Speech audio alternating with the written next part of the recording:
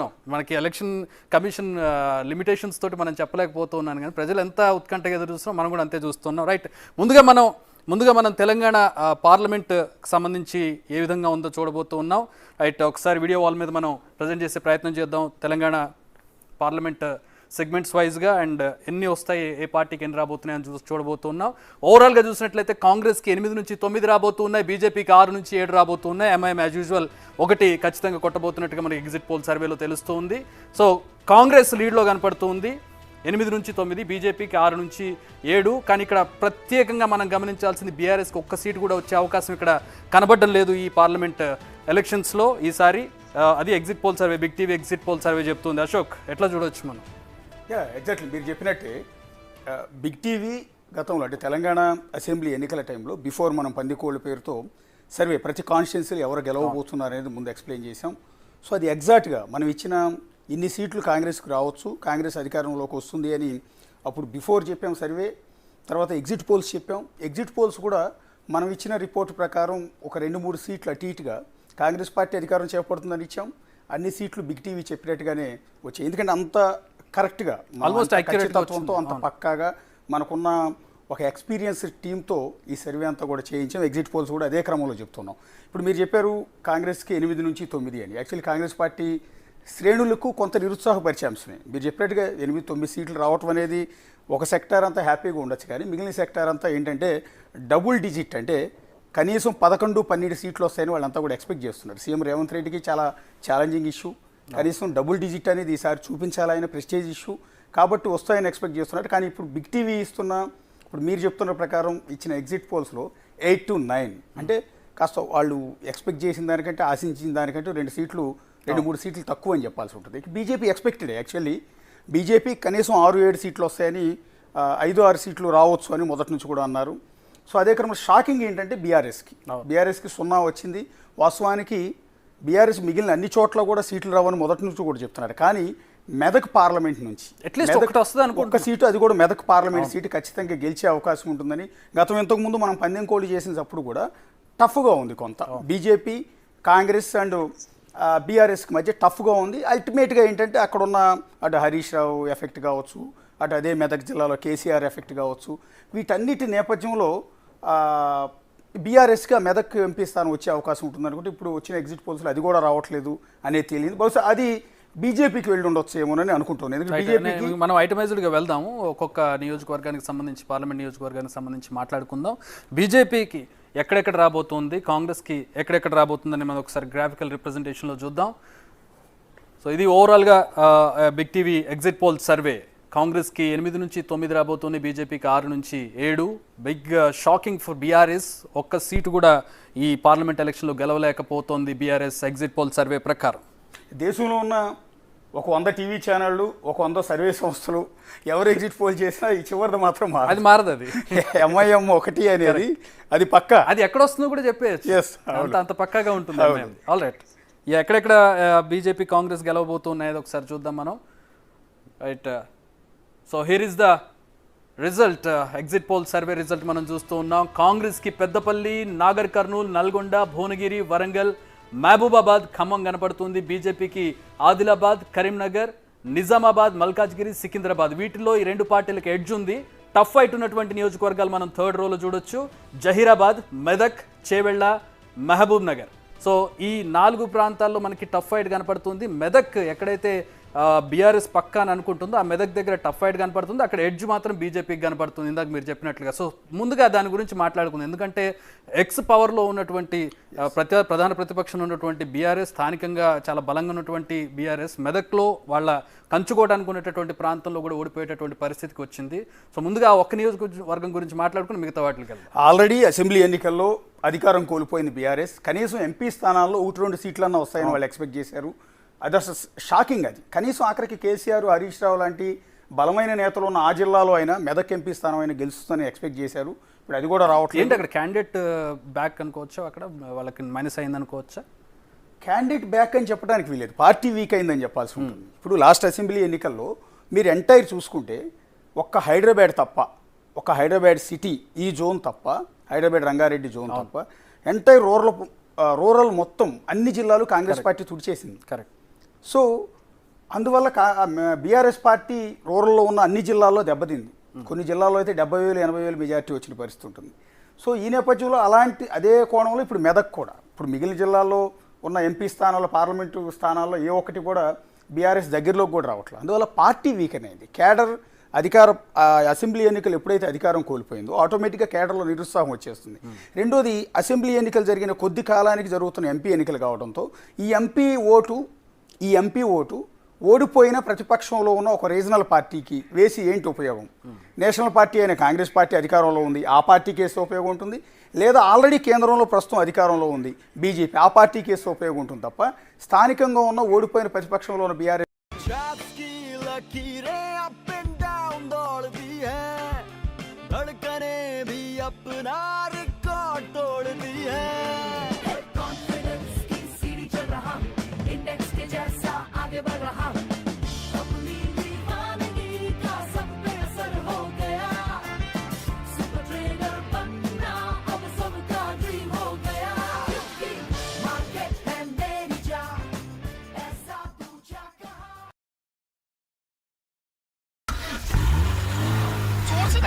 गाड़ी हिल तक नहीं रही है, क्या मुसीबत है।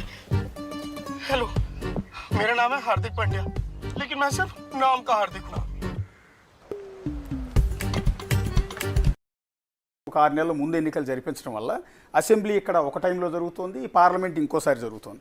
ఆ జరుగుతున్న ఎఫెక్ట్లో ఆల్రెడీ మొన్న ఘోరమైన ఓటమి బీఆర్ఎస్కి, ఘోరమైన ఓటమి తర్వాత కూడా ఆ గెలిచిన ఎమ్మెల్యేల్లో చాలా మంది కాంగ్రెస్ వైపు వెళ్ళిపోతున్నారు. ఇప్పటికే 5-6 ఎమ్మెల్యేలు వెళ్ళిపోయారు, ఇంకో 10-15 మంది రెడీగా ఉన్నారు. రేపొద్దున మీరు చెప్తున్నారు ఇప్పుడు ఎంపీ ఎన్నికల రిజల్ట్ తర్వాత ఇంకా చాలా మంది ఎమ్మెల్యేలు వెళ్ళిపోతారు. దాంతో పార్టీ ఆటోమేటిక్గా 10 ఏళ్ల పాటు పరిపాలించిన పార్టీ ప్రజలకు దూరం అయింది, ప్రజలతో కలవలేదన్న అపవాదు వేసుకున్న ఆ పార్టీ కేడర్ నిరుత్సాహం వచ్చేస్తుంది. ఆటోమేటిక్గా పార్టీ చిన్నాభిన్నం అవుతుంది, వీకెన్ అవుతుంది.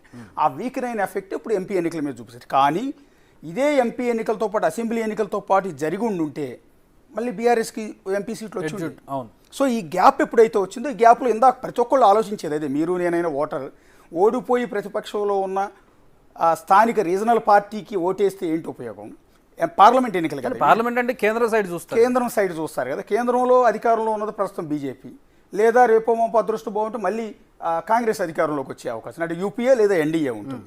ఈ ఈక్వేషన్లో ఈ 2 పార్టీలు ఇక్కడ రాష్ట్రంలో ఉన్నప్పుడు ఆ రెండిట్లో ఏదో దానికి పార్టీకి ఓటేస్తే ఉపయోగం ఉంటుంది. కానీ ఎంపీ ఓటు స్థానిక ఓడిపోయిన పార్టీకి వేస్తే ఉపయోగం ఏంటి, ఆ ఎంపీ గెలిచినంత వల్ల ఉపయోగం ఏంటి అనేది అక్కడ ఆలోచిస్తారు. దానివల్ల ఇట్లా దెబ్బతింది.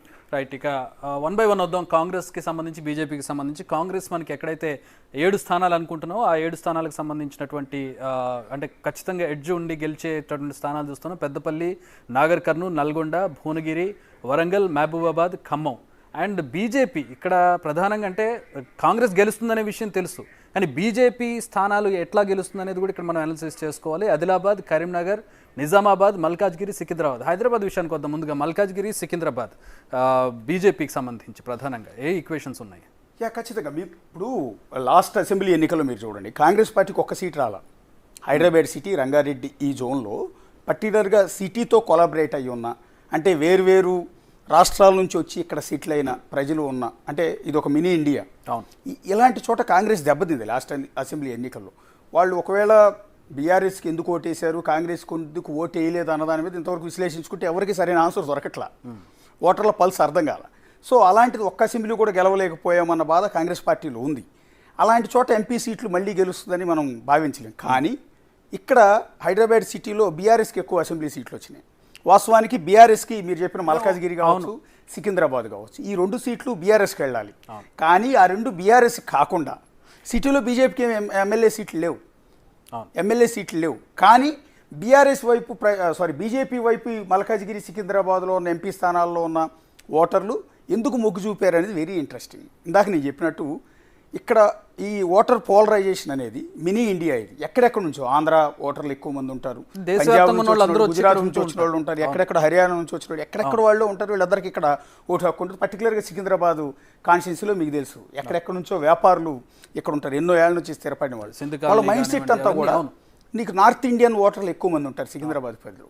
నార్త్ ఇండియన్ ఓటర్ల మైండ్ సెట్ ఆటోమేటిక్గా బీజేపీ వైపు సెంట్రల్ అధికారంలో ఉన్న పార్టీ వైపు మొగ్గు చూపే అవకాశాలు చాలా ఎక్కువగా ఉంటాయి. అందువల్ల కాంగ్రెస్ పార్టీ కూడా సికింద్రాబాద్ వైపు పెద్దగా ఆశలు పెట్టుకున్నట్టు అనిపిస్తుంది. అక్కడ దానం నాగేందర్ని బరిలో దింపారు. ఇక్కడ ఆల్రెడీ బీఆర్ఎస్ నుంచి గెలిచిన ఎమ్మెల్యేని కాదని మళ్ళీ అక్కడ తీసుకెళ్ళి ఎంపీగా పోటీ చేస్తున్నారు. ఆ ఈక్వేషన్ మనకు అర్థం కాలేదు. కానీ సికింద్రాబాద్లో ఉన్న నార్త్ ఇండియన్ ఓటర్స్ కావచ్చు, వేరే సెటిలర్స్ కావచ్చు, మొత్తం ఓట్లు బీజేపీ వైపు, కేంద్రంలో 2 సార్లు అధికారంలో ఉన్న పార్టీ మళ్ళీ వస్తుందా అని వాళ్ళు ప్రచారం చేసుకుంటూ ఉన్నారు. సో అలాంటి పార్టీ వైపు వాళ్ళు ఆటోమేటిక్గా ఇంట్రెస్ట్ చూపిస్తారు. సికింద్రాబాద్కి మనం కొంచెం చెప్పొచ్చు, కానీ మల్కాజ్గిరి విషయానికి వచ్చినట్లయితే అక్కడ మల్లారెడ్డి అల్లుడిని అనుకున్నారు. మల్లారెడ్డికి సంబంధించి మంచి కోటరీ ఉంది. అక్కడ ఆయన చాలా బేస్ ఏర్పాటు చేసుకున్నాడు. గతంలో బీఆర్ఎస్ అధికారంలో ఉన్నప్పుడు చాలా పనులు చేసినటువంటి పరిస్థితి. ఆ మల్కాజ్గిరిలో ఆయన రీసెంట్గా చూసాం మనం, మీరే గెలవబోతున్నారా అన్న అని ఆలింగనం చేసుకుని మరి ఈటల రాజేందర్కి కంగ్రాచులేషన్ చెప్పినటువంటి పరిస్థితి. అదే నిజమైంది. ఎట్లా చూడాలి ఇక్కడ బీఆర్ఎస్ బీజేపీ ఆటకు సంబంధించి? ఇది కాంగ్రెస్ పార్టీకి చాలా ఎఫెక్ట్ అది నిజం చెప్పాలంటే మల్కాజ్గిరి. ఎందుకు అంటే అది సీఎం రేవంత్ రెడ్డి స్థానం. సీఎం రేవంత్ రెడ్డి గత ఎన్నికల్లో ఆయన అక్కడ నుంచి ఎంపీగా గెలిచారు. ప్రెజెంట్ సిట్టింగ్ ఎంపీ అక్కడ. ఆల్రెడీ సీఎం ఇంకో చోట ఎమ్మెల్యేగా గెలిచి సీఎం అయి ఉండొచ్చు. కానీ చాలా ప్రెస్టీజియస్ ఇష్యూ అది రేవంత్ రెడ్డికి. సీఎం గారికి చాలా ప్రెస్టీజ్. ఖచ్చితంగా ఆయన గెలిపించాలన్న లక్ష్యం ఆయనకు ఉంది. అక్కడ పెద్ద ఎత్తున గ్రౌండ్ వర్క్ కూడా చేశారు. కానీ ఇప్పుడు మనం చూపిస్తున్న ఎగ్జిట్ పోల్స్లో మల్కాజ్గిరి బీజేపీ వైపుకు వెళ్ళటం అనేది వెరీ ఇంట్రెస్టింగ్. ఓటర్లు ఎందుకు ఆలోచన మార్చుకున్నారు అంటే కాంగ్రెస్ పార్టీ అసెంబ్లీ ఎన్నికల తర్వాత కూడా ఇంకా హైదరాబాద్ సిటీలో పికప్ కాలేదా? ఓటర్లు ఇంకా కాంగ్రెస్ పార్టీ వైపు రావట్లేదా? ఎందుకు బీజేపీ వైపు మాత్రమే మొగ్గు చూపు? ఒక్క అసెంబ్లీ స్థానం కూడా లేకుండా, 2 పార్లమెంట్ స్థానాల్లో బీజేపీ గెలవబోతోంది అంటే వెరీ ఇంట్రెస్టింగ్. పర్టికులర్గా సీఎం రేవంత్ రెడ్డి స్థానాన్ని కూడా బీజేపీ గెలవబోతుంది. అంటే నేను అనుకోవడం మల్కాజ్గిరిలో బీఆర్ఎస్కి బీజేపీకి సంబంధించి అంటే బీఆర్ఎస్ వీక్ క్యాండిడేట్ని నిలబెట్టడం, ముందుగా మల్లారెడ్డి అల్లుడిని అనుకుని ఆ తర్వాత ఆయన వెనక్కి తగ్గడం, కారణాలు ఏమైనా కావచ్చు, ఆయన వెనక్కి తగ్గడం, సీటు వేరే వాళ్ళకి ఇవ్వడం, వీక్ క్యాండిడేట్కి ఇవ్వడం, రాగిడికి ఇవ్వడం, ఆ తర్వాత ఇప్పుడు ఇటు సైడు ఈయన ఈటల రాజేందర్ పార్టీ వేరైనా కూడా క్లోజ్ అసోసియేషన్ ఉంటుంది వాళ్ళకి. కాంగ్రెస్ గెలవకూడదు, ఎవరు గెలిచినా పర్వాలేదు కానీ కాంగ్రెస్ గెలవకూడదు అనే ఒక ఇదిలో వాళ్ళు పనిచేసినట్టుగా నా అనిపించింది నాకు. కాంగ్రెస్ నేతలు అదే ఆరోపిస్తూ ఉన్నారు. బీజేపీకి బీ టీమ్గా బీఆర్ఎస్ని మొదటి నుంచి కూడా చెప్తున్నారు, ఆరోపిస్తున్నారు. ఇప్పుడు మీరు చెప్పిన పాయింటే, ఒక వీక్ క్యాండిడేట్ని అక్కడ నిలబెట్టడం ద్వారా ఈటల రాజేందర్ లాంటి బలమైన వ్యక్తి ఆయన.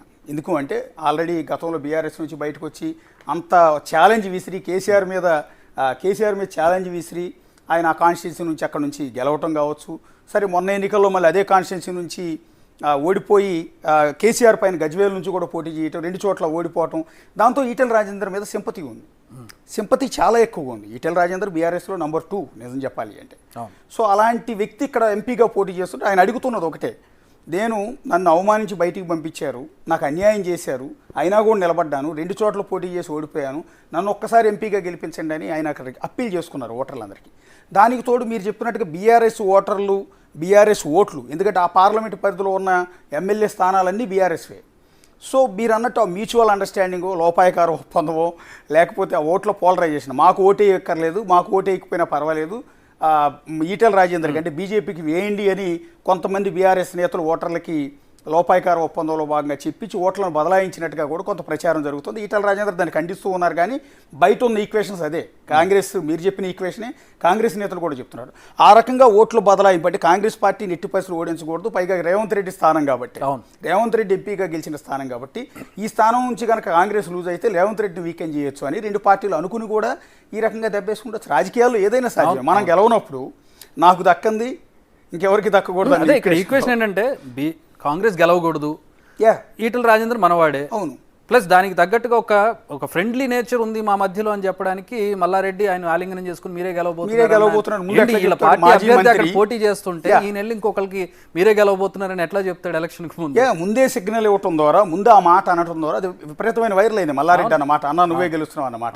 సో అక్కడే 2 పార్టీల మధ్య ఆ కొలాబరేషన్ ఉంది అనేది ఇప్పటికీ విపరీతమైన ప్రచారం జరుగుతుంది. రేపు పొద్దున మనం అనుకున్నట్టు మన ఎగ్జిట్ పోల్స్లో వచ్చినట్టు మల్కాజ్గిరి కనుక బీజేపీ గెలిస్తే క్లియర్గా అందరికీ అర్థమైపోతూ ఉంటుంది. ఓట్ షేర్ కూడా మనకు తెలుస్తుంది, అప్పుడు ఓట్ షేర్ కూడా వస్తుంది కాబట్టి. రైట్, ఆదిలాబాద్, కరీంనగర్, నిజామాబాద్. కరీంనగర్ కొంచెం బీజేపీకి ఎడ్జ్ ఉంది. ఆదిలాబాద్ కూడా మనకి మహారాష్ట్ర బెల్ట్ అదంతా కలిసి ఉంటుంది కాబట్టి ఆదిలాబాద్ కూడా కొంచెం గతంలో కూడా వాళ్ళకి అక్కడ పట్టున్నటువంటి. ఆదిలాబాద్ జిల్లాలో కూడా 2-3 ఎమ్మెల్యే స్థానాలని గెలిచారు మొన్న, బీజేపీ గెలిచింది. ఆదిలాబాద్ టౌన్ అంటే ఆదిలాబాదు ఎమ్మెల్యే కాన్స్టిట్యున్సీ కూడా పాయల్ శంకర్ గెలిచినట్టున్నారు అక్కడ బీజేపీ. హోరాహోరీగా సాగింది కాంగ్రెస్ పార్టీ బీఆర్ఎస్ మధ్య. అక్కడ ఆల్రెడీ సిట్టింగ్ ఎమ్మెల్యే మంత్రి కూడా అయినా కూడా ఆదిలాబాద్ టౌన్ ఎమ్మెల్యే స్థానం నుంచి బీజేపీని గెలిచారు, అక్కడ గెలిపించారు ఓటర్లు. సో అక్కడ లూజ్ అవటం అనేది కాంగ్రెస్ పార్టీకి చాలా ఎఫెక్ట్. ఎందుకంటే ఆ జిల్లా మొత్తం కాంగ్రెస్ చాలా స్ట్రాంగ్గా ఉంది, భారీ మెజార్టీలతో ఎమ్మెల్యేలు గెలిచారు. అలాంటి చోట ఎంపీ స్థానం బీజేపీ కొట్టుకుపోతోంది అంటే 2-3 ఎమ్మెల్యే స్థానాలతో. సో ఈ పార్లమెంటు పరిధిలో 2-3 కూడా లేనట్టు నాకు తెలిసి జిల్లాలో వచ్చినాయి, కానీ ఈ పార్లమెంటు పరిధిలో అన్నీ లేవు. సో అయినా కూడా బీజేపీ ఆ స్థానం నుంచి గెలుస్తుంది అంటే ఇట్స్ గ్రేట్. అంటే ఓట్ల బదలాయింపు ఏ రకంగా జరిగింది? ఇక్కడ ఈ రెండు పార్టీలు కాంగ్రెస్ కంటే బీఆర్ఎస్ కంటే కూడా ఎక్కువ లాభపడింది బీజేపీ. ఎస్, కరెక్టే. ఎందుకంటే చాలా తక్కువ స్థాయి నుంచి ఇన్ని సీట్లు గెలుచుకోవడం అనేది బీజేపీ చాలా లాభపడింది ఇప్పుడు ఈ ఎగ్జిట్ పోల్స్ ప్రకారం. వాస్తవానికి మొన్న అసెంబ్లీ ఎన్నికల్లో దెబ్బతింది, అవును. ఈ ఎన్నికల్లో బాగుపడుతుంది. ఎందుకు అంటే లాస్ట్ అసెంబ్లీ ఎన్నికల్లో వాస్తవానికి బీజేపీ, బీఆర్ఎస్, డిఎన్ఐ ఒక దశలో కాంగ్రెస్ పార్టీ థర్డ్ ప్లేస్లో కూడా ఉంది. కరెక్ట్. కానీ అనూహ్యంగా కాంగ్రెస్ పార్టీ ఎన్నికలకు సరిగ్గా 3 నెలల ముందు పుంజుకోవడం, అధికారాన్ని చేపట్టింది.